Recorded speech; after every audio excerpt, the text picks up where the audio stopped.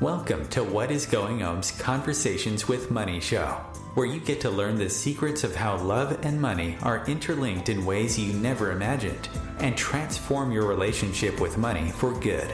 Here are your hosts, Sandie Sedgbeer and Sarah McCrum. Hello and welcome to part 6 of Conversations with Money, co-hosted by me, Sandie Sedgbeer, and energy coach and consciousness of money expert, Sarah McCrum. So Sarah, here we are, part 6. We started this at the beginning of February when the world was a whole other place.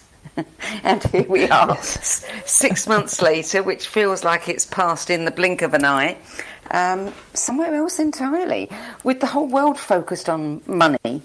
Isn't that interesting? Yes, I think money is going to be a very hot topic for not only months to come, but years to come because of everything that's been happening. Yeah, well, we've been talking about reevaluating money for years, many of us, and I think now, whether we want to or not, it's being foisted upon us, and personally, I think it's a good thing. Yeah, and I have a feeling that it will give permission to people to have a look at it with fresh eyes who perhaps wouldn't have done otherwise. Many more people will be open to different perspectives on money than if life was going on apparently as normal. You know, I was looking earlier at the topics that we've discussed each month, and on some level, there was some kind of synchronistic inspiration there, because when you think about the deeper meanings of some of the topics that we've dissected and conversed about. I mean, we started at part 1 with a focus on the word love, which you say is the essence of money, and we've dissected our beliefs about value and worth, which, if you follow this through the months, these conversations have naturally occurred. And then we've examined the power of attention and intention and the technology of manifestation. And then we've looked at our money stories and how we can dissolve those that no longer serve us and create better, more fulfilling stories, which is what everybody is looking at doing after this in every area of their life. And really, when I think about this, it's a powerful testament to the enormous power that our thoughts have, because so much of this is really about thought. Yes, thought and feelings that go with those thoughts, a very important part of it, because they load the thoughts. Yes. It's like the feelings put the significance onto the thoughts. Mm. And of course, then we come to tonight's topic, where we're going to tie it all together with a conversation about one final, much misunderstood concept, which for most people is inextricably linked with their desire for wanting more money. But we also happen to be facing this same question everywhere in our society today. And we're not talking about happiness here, are we, Sarah? No, it's actually really fascinating, because money has always been viewed as the pathway to freedom. And as you say, we have experienced such a restriction in our freedom, possibly unprecedented, certainly in our lifetimes. And so freedom becomes an extremely important topic. It does. The link between money and freedom, really. Yes, exactly. And I speak to so many people who are saying, I've so much loved the extra time that I've had with family, even though there's been anxiety around that and hardship. And, it's making me reevaluate what I was working so hard for. Yep, I hear it everywhere as well. And nobody wants to go back to where they were before. No. So let's talk about the link between money and freedom. And, most people think that if I have money, it will give me all the freedom that I want in the world. I can do anything I want. But I think that most people, when they get to a level of having money, that's not the case. Well, it's really interesting the way they're associated so strongly in our minds, and at the same time we see pictures almost every day of very, very wealthy people living lives that are not the bubble of happiness that I think we imagine that money will give us. So it's interesting that we're able to maintain that belief that money is a pathway to freedom, and actually see that people who are very, very wealthy don't appear to be very free. But that doesn't mean that having no money is a pathway to freedom either, because it's very clear that not having enough money creates constant stress. And I know in my life, whenever I've not had enough money, and I can now recognize this in other people, it doesn't matter how much meditation or relaxation or those kinds of things I would do, there would always be this underlying kind of bubbling discomfort, stress, worry. I was very good at covering up. I would not say I was worrying. I would not say I was stressed, because I'd learnt so much about how to manage my own stress. But somebody once called me on it, and she said, you know what, Sarah, you don't have enough money at the moment and you're stressed all the time about it. It doesn't matter how you cover it up. There's a vibration that it gives out, and I see that now in so many people. And I think if we can admit that, just admit that this is really stressing me out, and that's kind of, it's almost like the right thing to happen. Not that it's right to be stressed, but if you don't have enough money, it really is necessary to find a way to get at least enough. The first stage is to have enough. And I mean, these are subjective things, but people have done research and they say that there is an amount of money up to which it feels pretty good. And I think people need around in the US, $90,000 a year. From there upwards, they start to feel comfortable about money. And they say that around, I think, 200 to 280,000 a year is like a very sweet spot for people. And when it goes over there, money begins to add a new layer of complexity to life, certainly a new layer of responsibility, because you start to have to invest, you have to make decisions about it, and you actually have to manage the money you have. So it's like having a second job once you go over a certain level. And that might vary for different people. So that already starts to indicate some stuff around freedom, but I think freedom's a much bigger topic than the amount of money you have. You know, I was going to tell you something then, and it's just disappeared out of my head completely. I'll have to come back to that one. It felt quite important. Oh, I know. I was going to tell you about an exercise I did some years ago, and it was based on Esther and Jerry Hicks' work. And they had this little experiment that you were to do. You were to get a notebook, and every night you would write down, you know, I received today $1,000, and you've got to spend that before you go to sleep. You know, so you write down all the things you're going to buy with that $1,000 or do or give away, and then the next night you have to double it, and then you have to keep doubling it, and so it goes on. And in the beginning, it's such a fun exercise. It's like, yeah, now I've got, you know, a castle, and I've got the yacht, and I've got this. And then you get to the point where you go, oh, goodness, I've got 6 castles and 10 yachts, and I don't know what to do with this money. And it's becoming a burden now, because I've got to think of ways, you know, so you can track, you know, the thought processes around it and the emotions. Yes, I remember that exercise. I think I didn't last very long with it at all. I couldn't. Because most of those things I didn't really want. I don't want a castle and I don't want a yacht. There are things that I would love. For me, I think to be able, I had an idea yesterday of something I would love to do.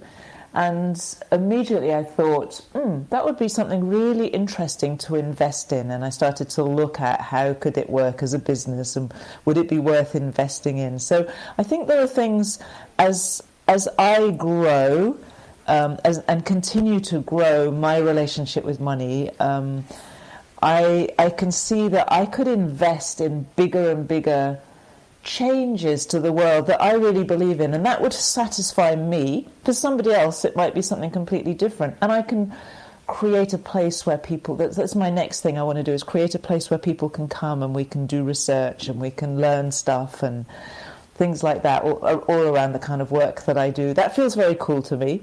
But the yacht and the castle stuff, that doesn't do it for me, but it might do it for somebody else.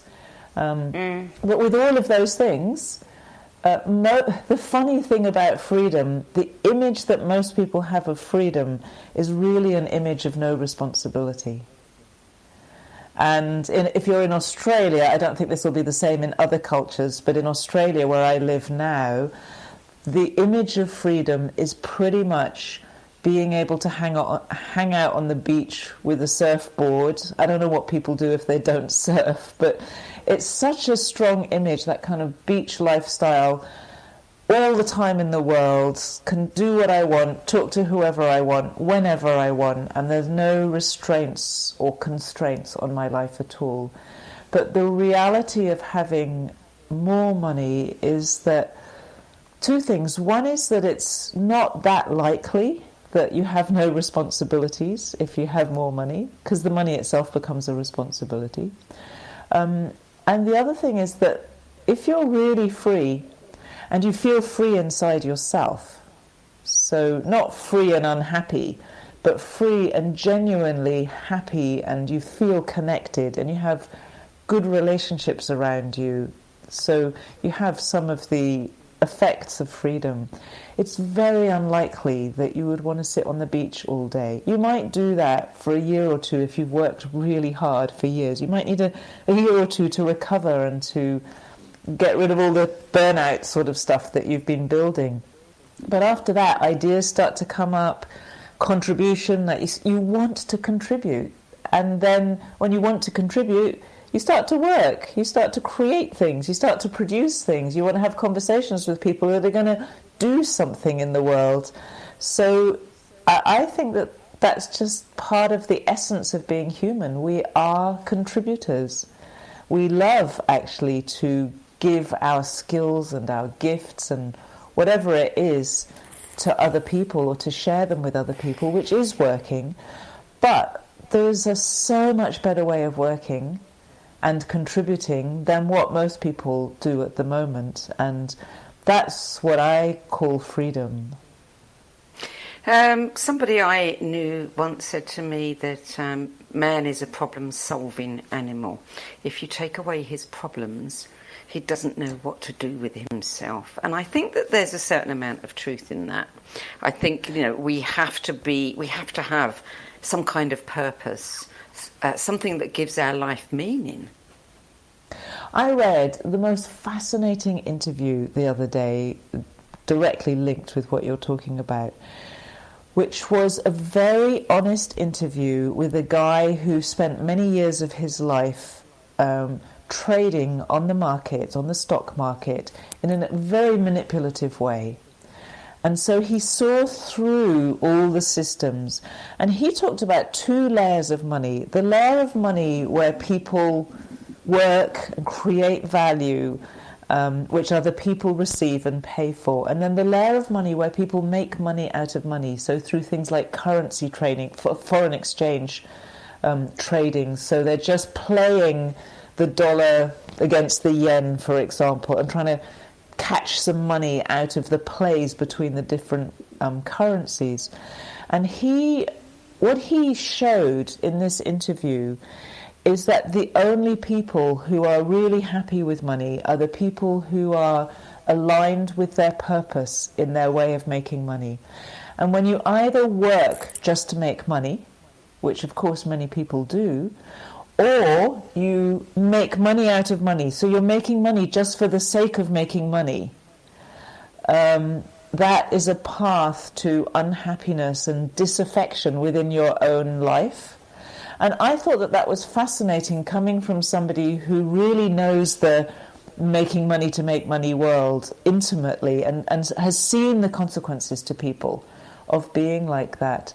So I feel that anything that we can do, and this is what my work is all about, to help people make money doing what they love, being on purpose, doing what feels deeply aligned for them from the inside, that is really worthwhile search for freedom that is actually freedom with money, freedom that is rewarded. It's not freedom combined with some notion of poverty or insufficiency.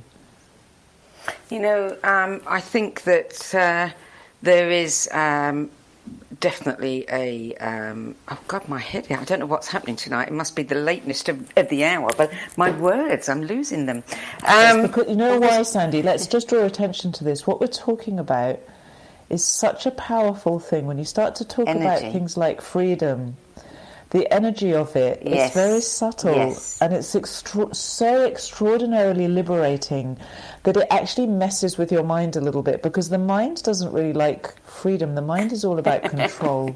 And freedom comes from the soul and the heart and this life impulse that flows through us, this pure life energy that is what life is all about. So it starts to touch us into the essence of who we are. And when you're running a radio show, you sort of need to keep your mind on the clock and the questions and things like that. So it's actually messing with your system. It's very relevant to the conversation that we're having.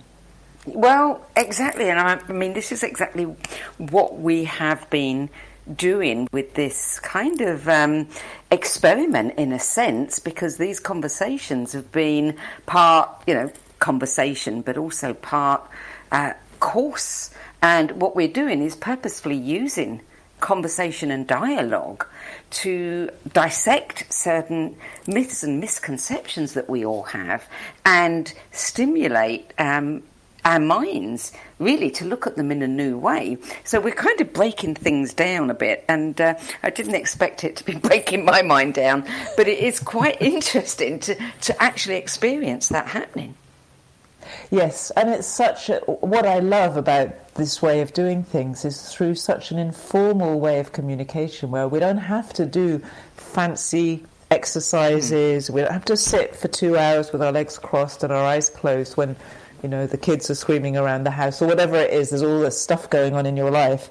But through the simple kind of thing like conversation, with some real honesty in the conversation, real alignment as well, people can have life-changing experiences and recognitions. And I know this, funnily enough, I was looking at a YouTube video that I put out some years ago and looking at the comments on it, and it was just about changing your relationship with money. And there was a short activation, so like a bit of a meditation, and then a talk.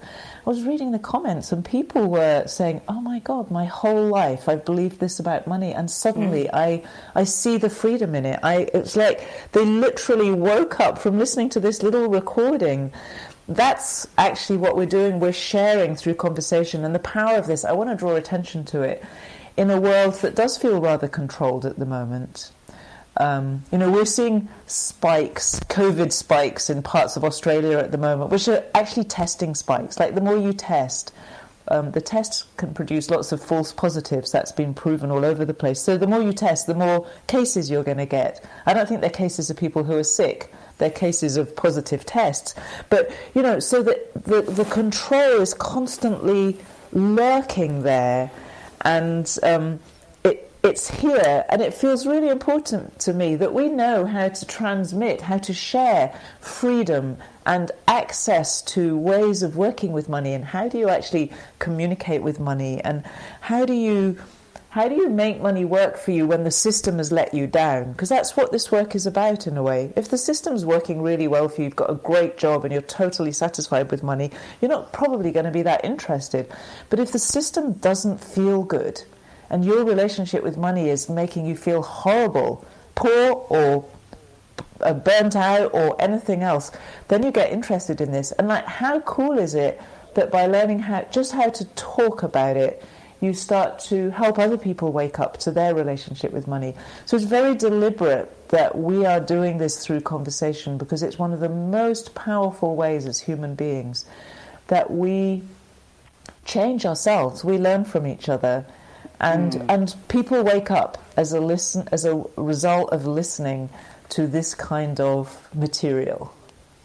Yeah, and this is the thing that really gets my juices flowing, to be able to shift perceptions And I love it when it happens to me.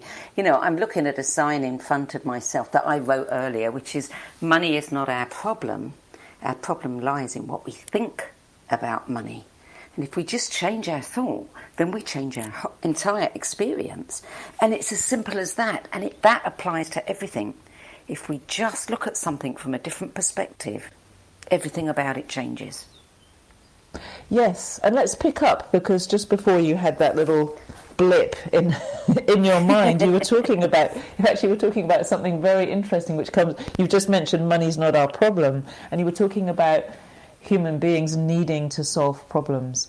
And I think that if you add in the creative piece to that, so actually we are fundamentally creative beings. That's the essence of who we are. We forget that most of the time, and we restrict our creativity, or some people do. We do some art, and we have some creative thoughts every now and then, or we play some music, or we listen to somebody else's music as a substitute for our own creativity.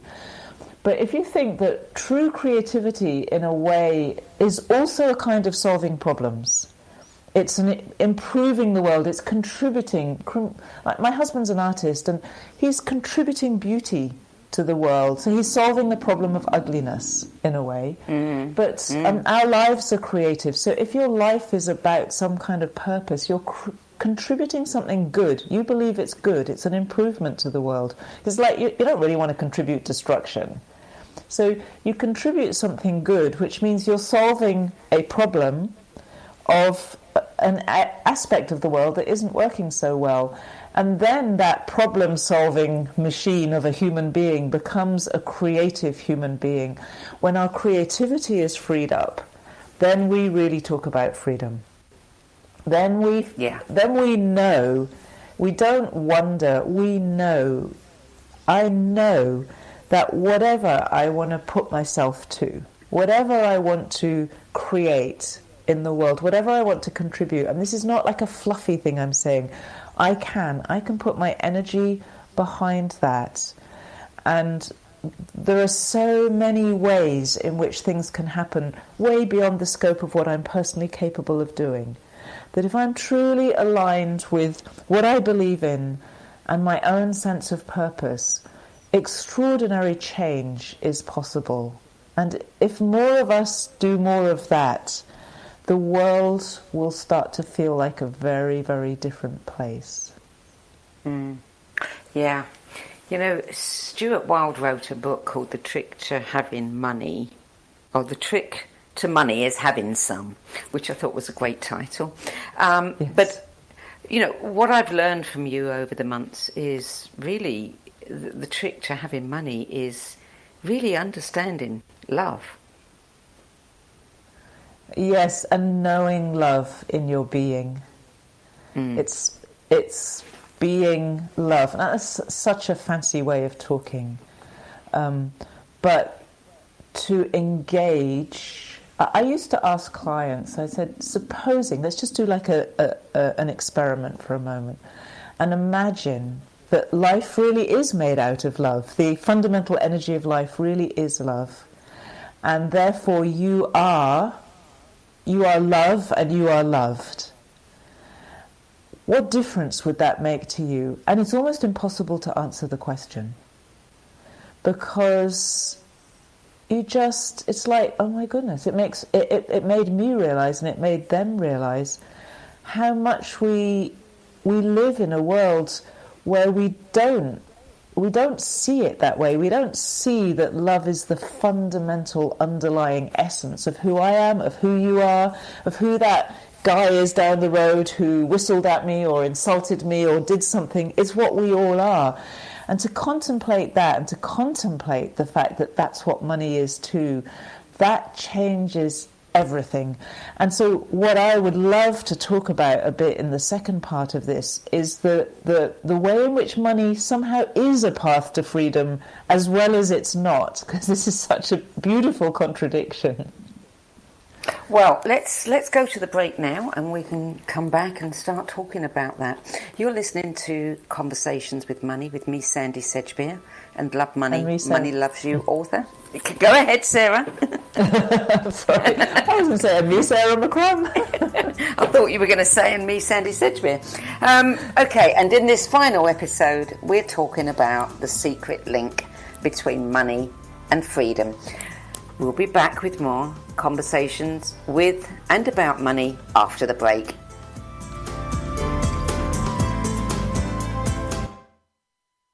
The future of internet radio is here. OMTimes Radio, IOM FM.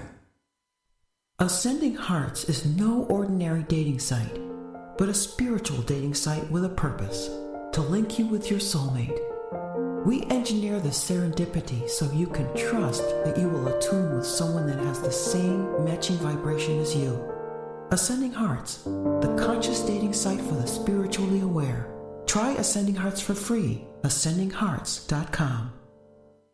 More than 24 million Americans have an autoimmune disorder, and that number continues to grow. I'm Sharon Saylor, and I'm one of those 24 million. To put that number in perspective, cancer affects about 9 million and heart disease up to 22 million. That's why I've brought together top experts and those thriving regardless of their diagnosis to bring you the latest, most up-to-date information. Join me, Sharon Saylor, Friday night, 7 p.m. Eastern, for the Autoimmune Hour on Life Interrupted Radio to find out how to live your life uninterrupted.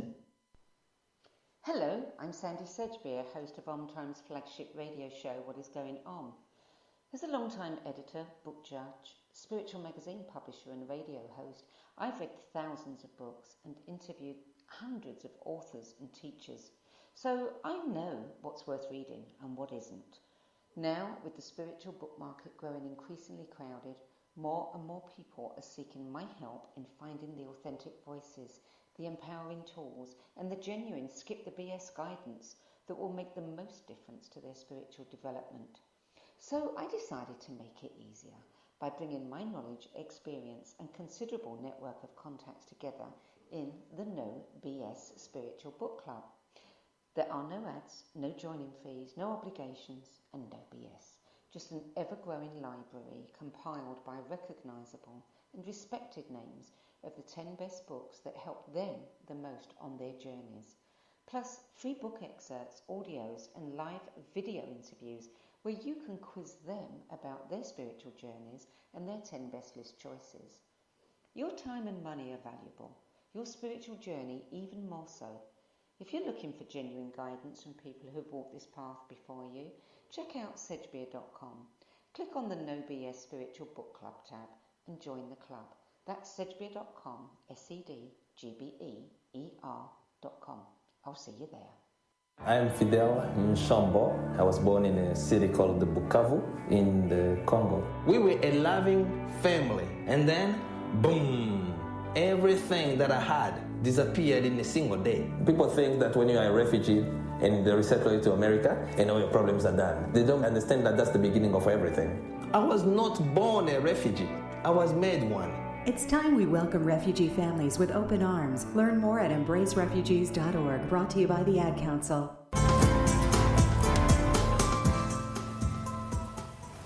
Welcome back. Sarah, before I hand it over to you, I just wanted to share something that I read today, and I thought it was so pertinent to tonight's show that I had to include it. It was a channeled message, actually, and it was in a book by Geoffrey Hoppe of the Crimson Circle. And in it, I think it was Adamus Saint-Germain, was talking about money, funnily enough. And it said that everyone has the same opportunity for energy. Just like everyone has the same access to sunlight, no one has more or less than anyone else. We like to think that some people are born into wealth and opportunity, but the truth is they have the same energy potential as everyone else. In terms of energy, we're all born equal, and we're all... Does somebody's consciousness do this? And why does somebody's consciousness work with poverty? Why does somebody's consciousness work with wealth? Why is somebody born into a poor family? Why do they get educated in poverty? Why does somebody else get educated in wealth? So it's a really interesting thing that's being said there, and at the same time, I think it raises some genuine questions, which are difficult questions to answer. So I think there's tremendous freedom in understanding, and this I have learned also from my book, Love Money, Money Loves You, and the conversations with money that I had. I have really understood that everybody does have access to the energy of money. What I've seen is that the way people are educated for wealth or for poverty, like, those are radically different circumstances. I know about business. It's unimaginable in a family that grows up poor.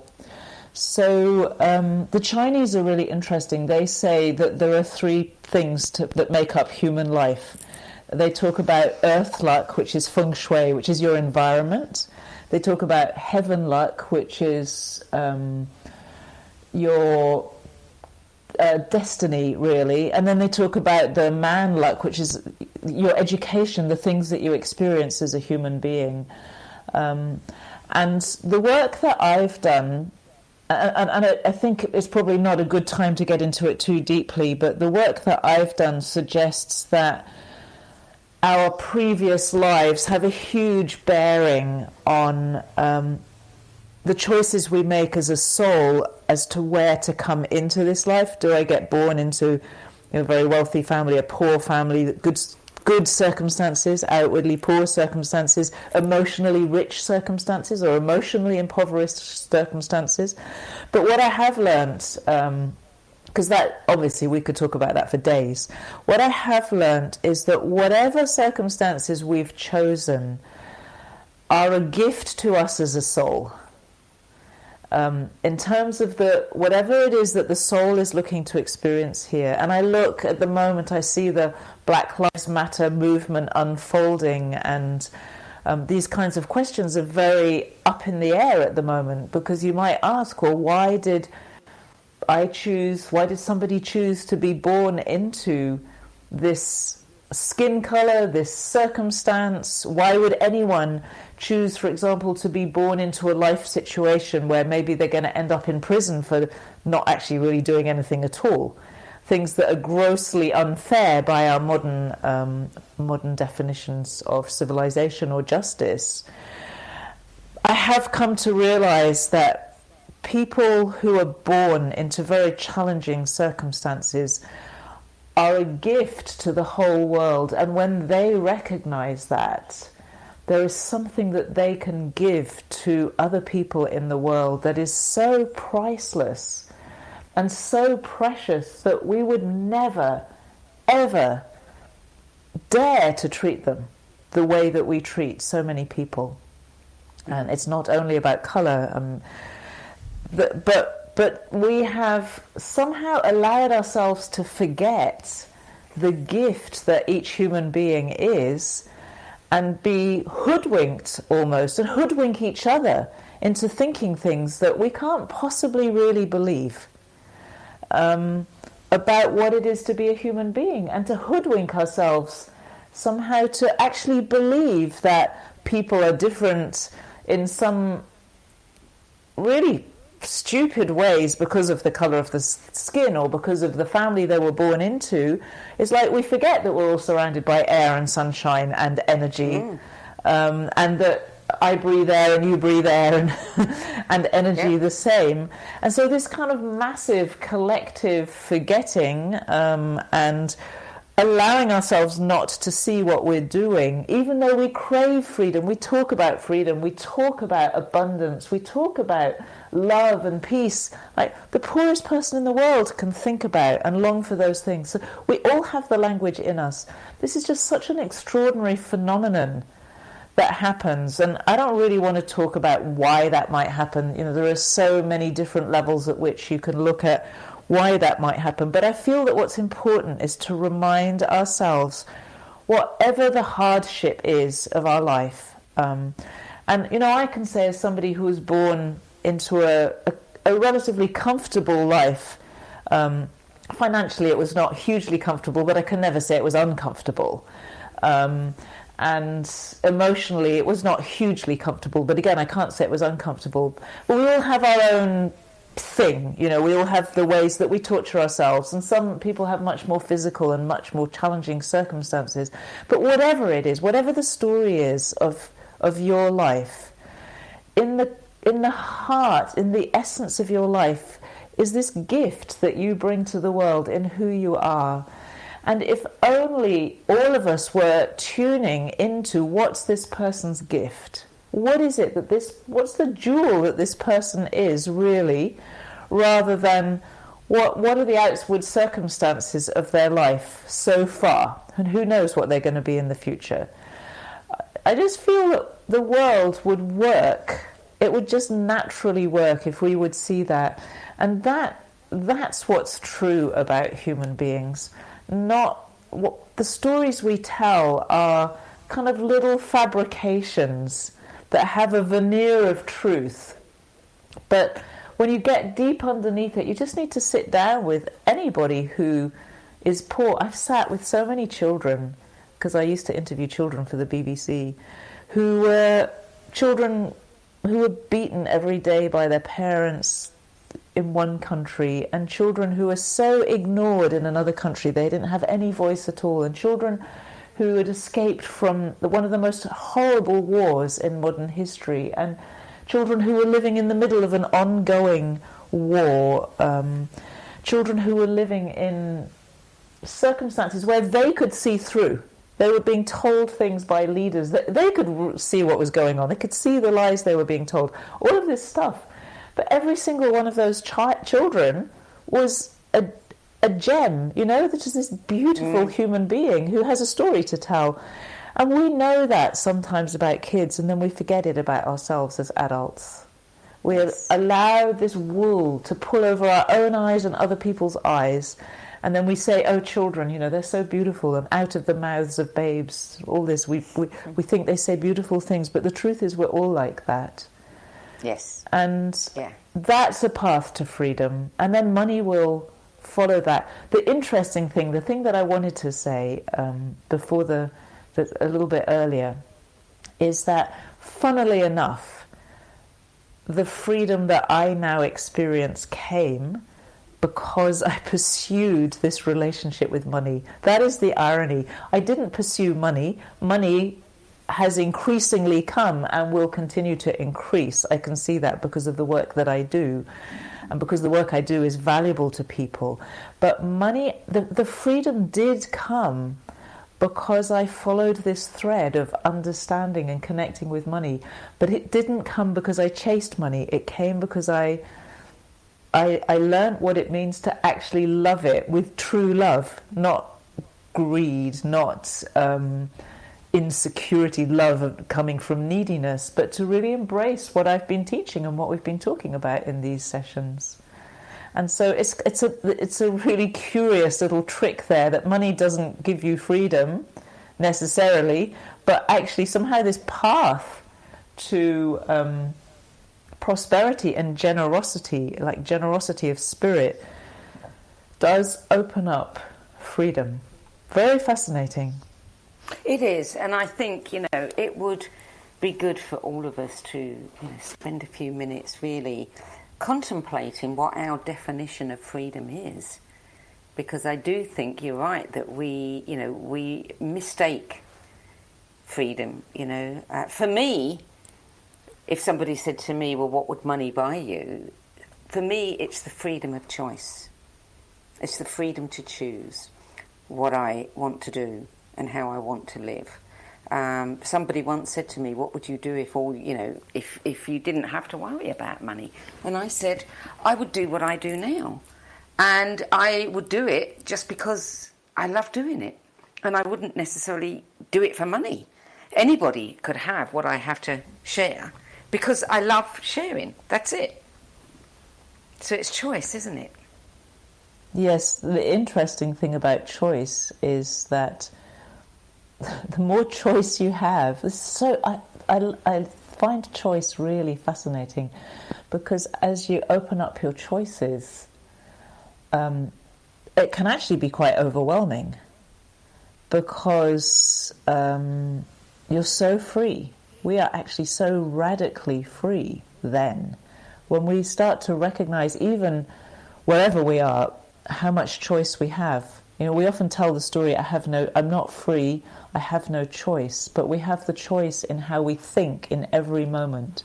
Yes. We have the choice of what ambition or imagination we have about what we want to create in the future. So I might be trapped now in a really difficult situation. You know, I might have had an accident and not be able to move right now. Very common circumstance for people. But that doesn't prevent me from dreaming and imagining and creating a different future. This is what healing is based on.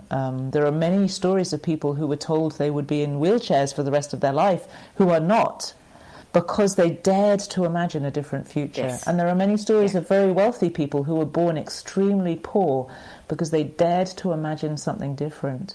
So we actually have that freedom of choice. We have it already, but very often we don't exercise it because it's actually such a responsibility to realize that you can choose. And it's sometimes easier to blame something, whether it's a lack of money or whether it's the people around you or the circumstances or what's going on in the world or the government or the banks or the financial system or something. God is a good one as well. It's really great to blame God, because then you don't actually have to do anything. You can stay where you are and wish to be somewhere different in a way that's not very powerful. If you wake up to the freedom you actually have, even if it's just how you think and how you feel. We have been shown time and again by the masters of manifestation, if you like, from Napoleon Hill, Think and Grow Rich onwards, the power of our minds and our feelings, our thoughts and our feelings, and our imaginations and our creativity. So, I think freedom and choice are extremely powerful things to kind of switch on in you rather than switch off. Yeah. You know, I think I know that you have produced hundreds of recorded activations, and I've experienced some, and they're very powerful. Could you share something, an activation perhaps, that will actually give us a taste of freedom, an experience of it? I'm a great believer in giving people experiences. Yes, absolutely. Probably we're halfway there already from what we've been talking about, because when we talk about it, there's a really interesting thing to understand about energy. When you talk about it, you actually are like conjuring up that energy in yourself, especially if you talk sincerely. Like, I'm really sincere about what I'm talking about, and I'm experiencing that freedom as I speak. So what we'll do now is I will share that experience a little bit more directly with anybody who's listening. So what I suggest you do, if you can, is sit somewhere where you can close your eyes. But I realize some people might be listening while you're driving, so I won't make this a dozy kind of activation. I'll make this a very enlivening activation so you can experience freedom as you're driving or doing whatever you're doing. So we're going to take a minute or so to simply relax and let the weight of your body drop down. So what's heavy naturally goes down. So let what's heavy in you go down. It's like you're dropping it into the earth. And you can feel that. You may feel heavier on your chair. You may feel the sinking down into the earth. One part of freedom is allowing heavy to be heavy and allowing light to be light and not judging either of them. So this is a physical way to allow heavy to be heavy, and you'll start to feel lighter in parts of you and heavier in other parts. And there is nothing wrong with heavy, and there is nothing right with light. They're just what they are. And breathe into your lower belly, so you're breathing fully. Feel your lower belly expanding and contracting as you breathe. Right. Breathing the essence of freedom, which is energy. Energy is the coding of life. As you breathe in fresh energy, you are literally breathing in the essence of your own beautiful life.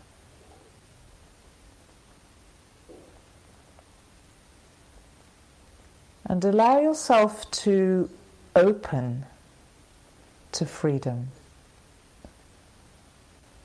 A true, grounded, rich experience of life. And feel how that feels. Feel the energy of it.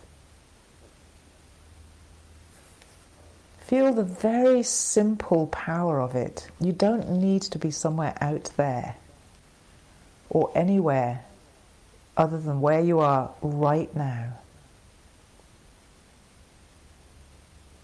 It's a simple feeling of being connected,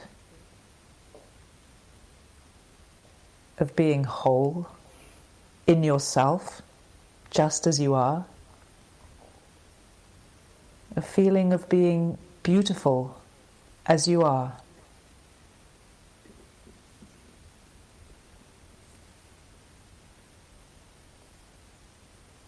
It's a feeling of life working.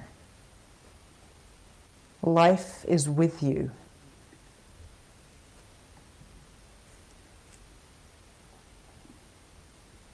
It's very clean. It's very clear. It's very simple. It's like being able to see all the colors. The richness of life in this very moment. It's all here.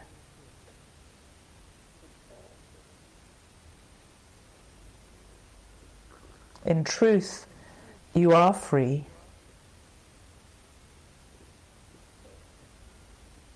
You are creative.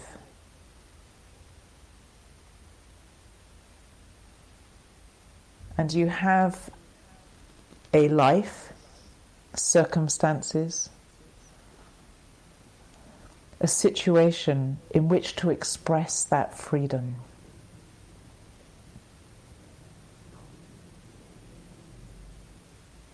The more limited your life is now, the greater your opportunity to express freedom.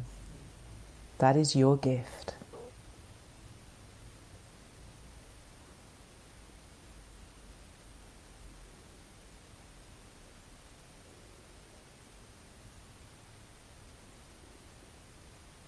Okay, so that's a little taste of true freedom as a human being. You sent out a blog post recently, which was coincidentally or not called The Call to Freedom. And you talked about freedom being the liberation for the human spirit, that it's something we long for in our hearts and souls. And you also said that you believe it's the most important experience we can share at this time, that the challenges of 2020 are calling us to discover freedom. Say a little bit more about that. Well, what I've observed over 30 years of learning about energy and solving problems in different ways from other people because of that knowledge is that whenever something is shouting really loudly in my life, the opposite is always growing beneath it. So if I feel really confused, I know that clarity, a new level of clarity is arising within me, and the old confusion is being released.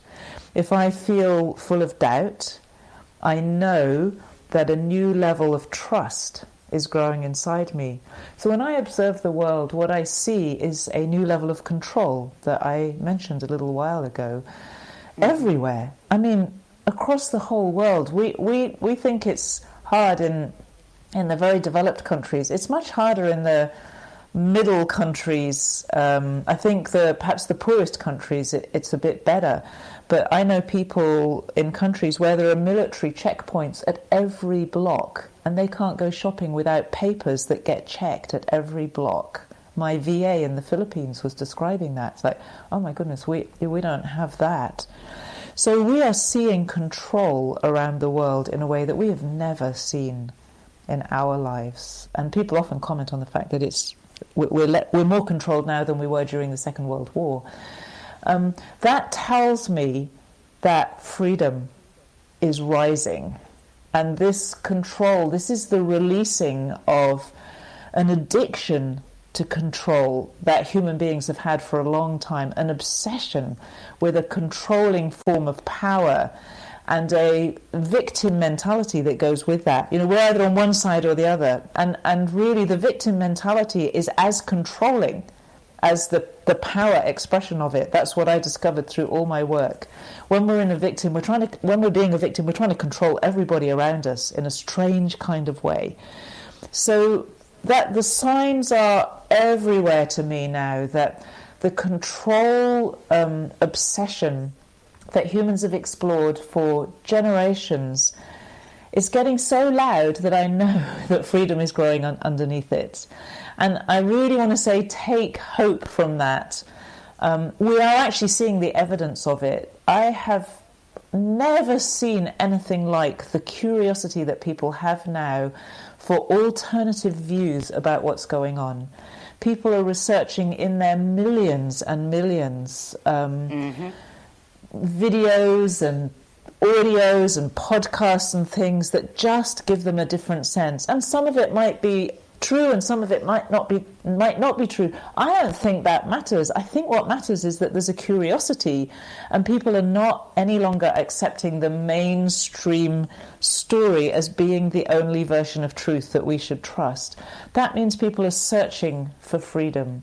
And it's a bit of a clunky search, which things always are to begin with. So we stagger around a bit and we research things. I watched a video a few weeks ago and afterwards I couldn't believe that I'd been watching it. It was like, it turned out to be a kind of far right, really weird agenda that was like difficult to stomach. I'm actually glad I watched it because it helped me to understand how things work. And this isn't really a political thing anymore. I think that people are hungry for a new level of truth, which gives us a new level of freedom. So in an environment like this, whatever you believe is going on, really from